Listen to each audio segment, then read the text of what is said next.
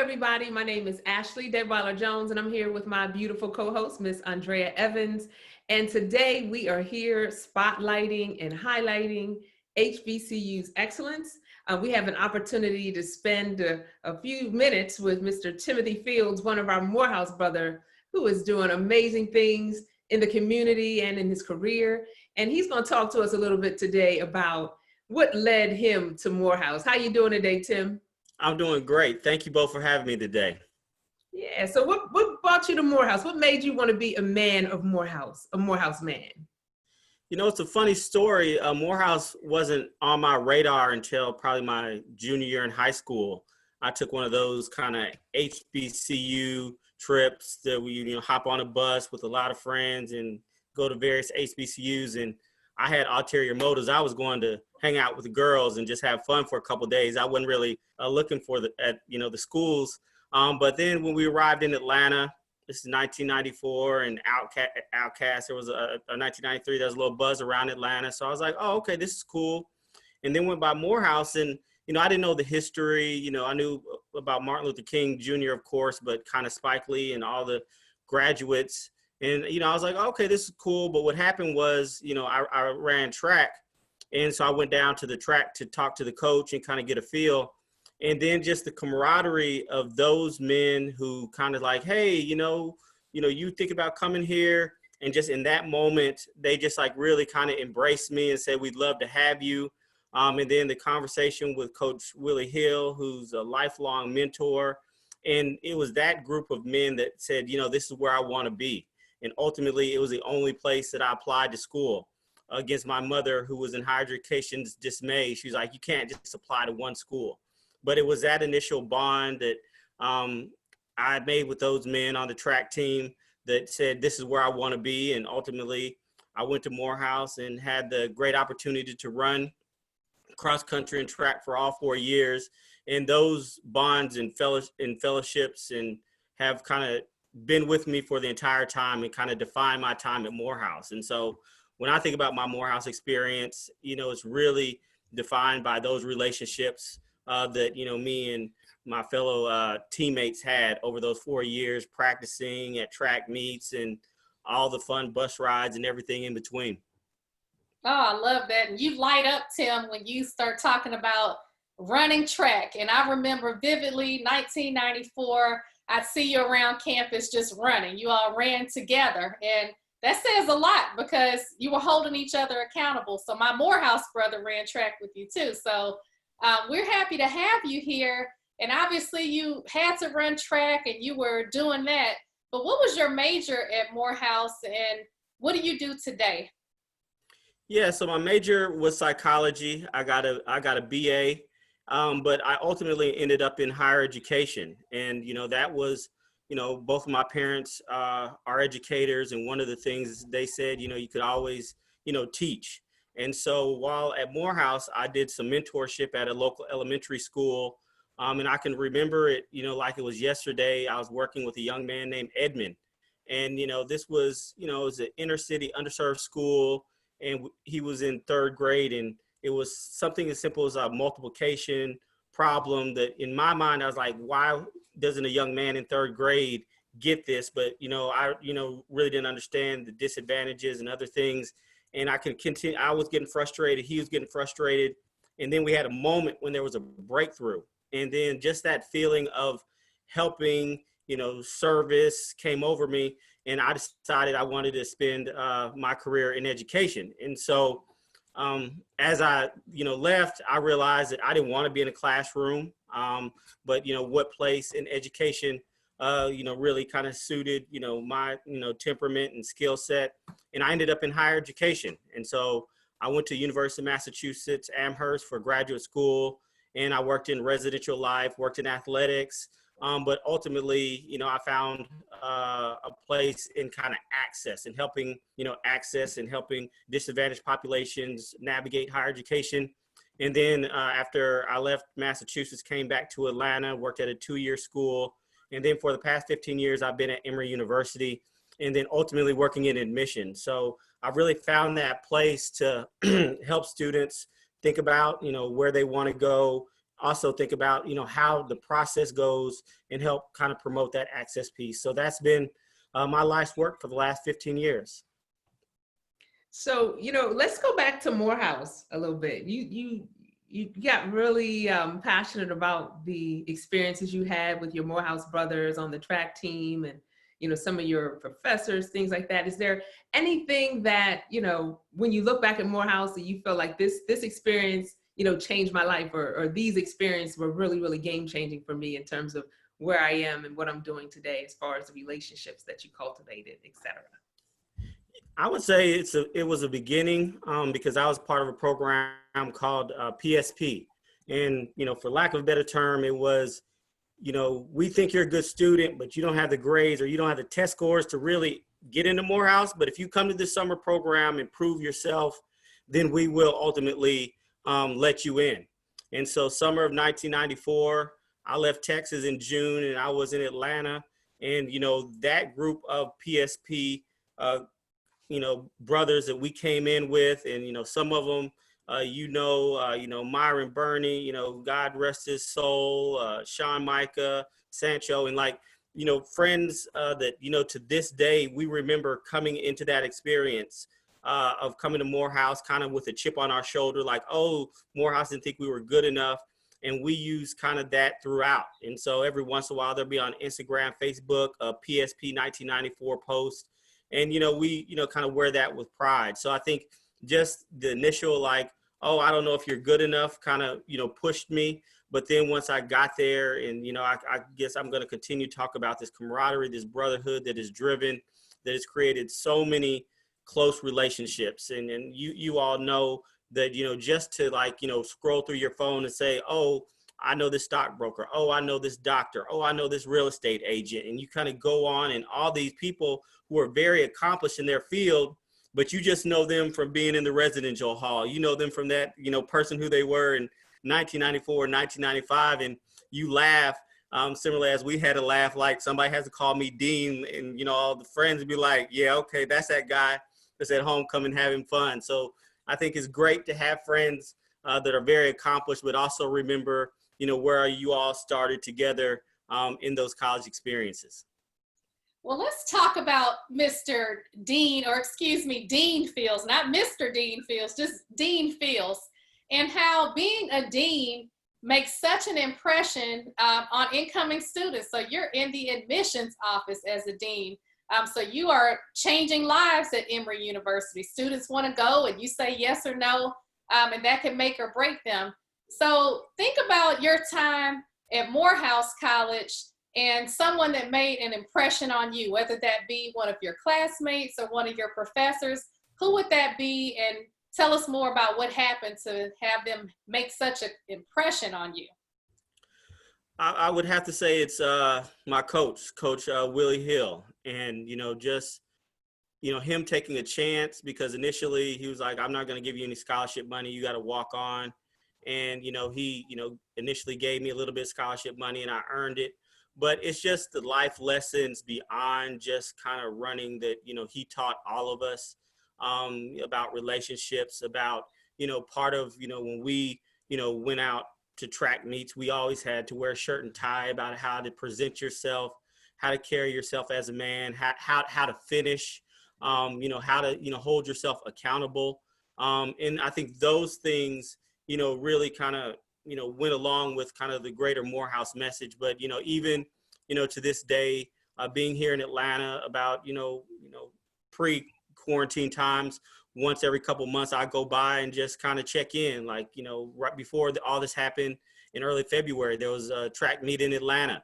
And I went down there and, he was just off to the side watching his athletes. And we just had 5 to 10 minutes to catch up. And he always says, how's the family? How's your mom? And, if you think that's over, 25 years ago, he still remembers, these relationships. And he remembers meeting my mom and her telling him how great of an athlete that I would be, and basically selling him on giving me some money for a scholarship. And so everything that he's done, and, Ashley knows, there are numerous Willie Hill stories that are told anytime any group of Morehouse or football athletes get together. So I think his impression and what he's done for me is something that stays with me every day. Those relationships at Morehouse and at HBCUs in general are invaluable. And you know, another thing that I've noticed in interviewing and talking to so many HBCU greats is that you're dynamic. You know, you have a lot of different facets about you. You know, you're an athlete, you're a scholar, you're a dean, but you're also an author. Can you tell us about the book that you've written and, you know, how that all came to life? Yeah, I think, that was kind of born out of kind of admission work. And so the nature of this work is, a lot of time we spend, traveling, recruiting students. And so there's also a lot of time in hotel rooms. And so, over probably a span of 10 years while I was sitting in hotel rooms, I would write a little here, a little there about just various topics. I can remember, I was with a friend at a bar and we were talking about bucket list items. And this was in the early 2000s. I said, I would probably write a book about drinking, but it would come from, just lessons that you can learn that can apply in other parts of life. And literally on a napkin, I wrote down an outline of that book in probably 2004. And then that napkin turned into an outline of a book, and I wrote. And so it wasn't done at one time. It was done over a course of 10 years. And then, one of my, closest friends, Ramon Harper, he wrote a book, and, he was over, he came to visit me, and he was literally like sitting around. I said, hey, look at this. And he said, you got something here. And literally, to these HBCU relationships, he went to Alabama State. He picked up the phone. He called a publisher and says, hey, my man's got something good. We're going to send it to you. Let's put this together. And then a year later, I had a book, and the book's called Lessons I Learned from Drinking. But it doesn't, I want to be very clear, it doesn't glorify drinking, but it's like, what are life principles that, through fun drinking experiences or experiences you've had, can you apply to bigger things in life? And, one of them, that I really reflect on right now is it's okay to be alone. And that, so many people during these quarantine times are alone. And I think we're all getting restless and want to get out there, but it's a very reflective time. It's a time to be alone. And there's nothing, wrong with that. I can think in my life, most of kind of the biggest decisions and epiphanies I made were by myself. And I think that's something important that we should, as much as possible, embrace. So there's that chapter. There's it's okay to walk away. There's know your enemy. So, there are funny stories told through drinking stories, but there are larger principles in life that can be applied. So I was very excited to do that. Being an author wasn't anything I ever thought would happen. But, just the other day, a friend out the blue sent a message on Instagram like, hey, Tim, I just bought your book. I needed it autographed. And so I autographed it. And, when I finish talking to y'all, we're going to go to the post office, drop it off, and send it on. Well, congratulations on being an author. That's amazing, because it's good to share your story and share these lessons. And you do that also in your community as a mentor. So tell us more about what you do to pay it forward in Atlanta. Yeah, so I mean, directly here in Atlanta, a lot of the work I do at Emory is working with the local Atlanta community. So, I've worked, with several TRIO programs here. I worked with, the Atlanta Public Schools. There are a lot of community-based organizations here that, beyond, being an admission person, I volunteer to say, I just want to, provide, what knowledge I have to help these students. I also am a board member for an organization called Turning Dreams to Reality, TDI. And, we work particularly at HBCUs to mentor young men, provide scholarships. And so it's one thing to provide financial support, but it's another thing to be a mentor as somebody, men who are doctors, superintendents, accountants, to say, if you want to go in these fields, these are some of the things that it's going to take to be successful. But also to say, these are some mistakes we made initially coming out of school as young men to help us eventually become, husbands, fathers, mentors. And if we can help these young men kind of navigate some of these, tricky waters, that's something that we want to kind of pay it forward. So, we're working to expand beyond Alabama State to other HBCUs, provide more scholarships, help more access, but most of all to provide mentorship. I would say that's the biggest part of TDI. And, we're excited for all the work. It's 15 men across multiple disciplines, all HBCU grads, proud to, continue to support HBCUs and kind of pay that legacy forward. So Tim, you've had an opportunity to change a lot of lives, from that young man that was in third grade that you were teaching him multiplication principles, to the individuals that you impact in the nonprofits, as well as the students that you impact every day at Emory. If you had a chance to go back and talk to the young Tim Fields and give him some advice when he was at Morehouse, what would you tell him? The biggest thing I would tell young Tim Fields is the importance of financial responsibility and credit. That just because you can have access and can get something doesn't mean you need to spend it. Because I think later on in life, credit cards and taking loans in school that you don't need when you want to go buy a house, those things, come back. And so I would, really, preach much more fiscal responsibility, for long-term thinking of Timothy Fields, the father and the husband, and, wanting to do, different things and maybe having to deal with some of those decisions I made earlier, saying, hey, just because I can have a limit of $5,000 doesn't mean I need to, go and, ball out in the club and buy bottles and stuff like that. So, or go get a car that, I don't need. So, things of that nature. It'd be fiscal responsibility would be the biggest thing. Well, you've been giving us some great tips, and I know that you are a husband and you're a father of twins. So what advice do you give to your children, and tell us more about their passion? So, my twins, Carter and Alex, I think every day, particularly during these times, they just bring perspective. We're fortunate enough that they have each other, so they play, and as long as the internet's on, and they have each other, they enjoy and have fun. But one of the things that I really try and impress upon them, and they're 7 years old, is this idea that life isn't fair. They'll be doing something and they'll be like, that's not fair. And I was like, what would I say? They say life isn't fair. And it's, it seems like not like a big deal, but it's not. And there are many times that, we've had lessons handed to us and things that haven't been fair, but unfortunately it's just a part of life. And, my duty as a father, particularly, I want to provide and give them everything for them to be successful. But I also want them to have a realistic perspective of what the world that they're going to enter in is going to entail. And so that's, probably the biggest lesson. Please and thank you, having patience, and just those little lessons I think are invaluable. And those are, some of the things that, I try and instill as much as possible. But they're fun. Children bring a joy that, just keeps things light. One of the things some of the younger people I work with, they often, when I'm at work, they'll say, Tim, why don't you really don't get too worked up about anything? And, part of that is just knowing that beyond my wife and my children, as long as they're okay, the rest of this is going to pass and it's going to be okay. And so family provides a lot of perspective and kind of helps keep me centered and balanced. And Carter and Alex are at the center of that. I love it. And that's all that matters, right? At the end of the day, family is everything. And as individuals watch today, they're going to say, how do I get a hold of this gentleman's book? How do I reach out to him? I'm interested in possibly Emory University. How do I participate in the nonprofit? Can you tell us where we can find you?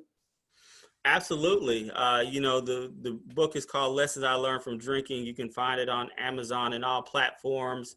But, also there's a website, lessonsIlearnedfromdrinking.com. So you can go directly there, order books. It comes directly to me. I autograph it, send it out, to you. But anybody can find me at timothyfields.com as far as emailing me. And so timothyfields.com, you can email me and, I'm happy to respond. I often tell people I want to use my talent and, the gifts that I've been given, particularly in the higher education, platform to help people. And so you may not be interested in Emory, you may be interested in HBCU, you may be interested in reach your goals. I'm happy to do that, but also any other ways that I can help individuals be successful. Just always reach out to me. Don't hesitate. When we travel, often, I about cars and I tell kids, hey, contact me. And most people, they never contact me. But when people contact me and ask for assistance, I really revel in those opportunities to, try and make a difference. And that's my life's work, is to make a little difference with what I have and give that to other people and pay it forward. Well, Tim, you are doing just that, paying it forward, and you're a lot of things, and we learned so much about you today. You're a husband, you're a father, you're a mentor, you're a leader in your community, but most importantly, you are our Morehouse brother. And we are so thankful and grateful that you spent some time with us today and sharing all of these lessons and quotables. And I want to just say this. I think you got another book on your hands. I think that the kids should write their own books about life not being fair. And you said a lot that kids can learn from the lessons that you're saying, but adults can learn a lot about what you're saying and the perspective that you have. So thank you so much for being so passionate about giving back and for giving us your email address, because you're going to get a lot of emails, and people watching this are definitely going to follow up with you. So thank you again for joining us at HBCU Highlights.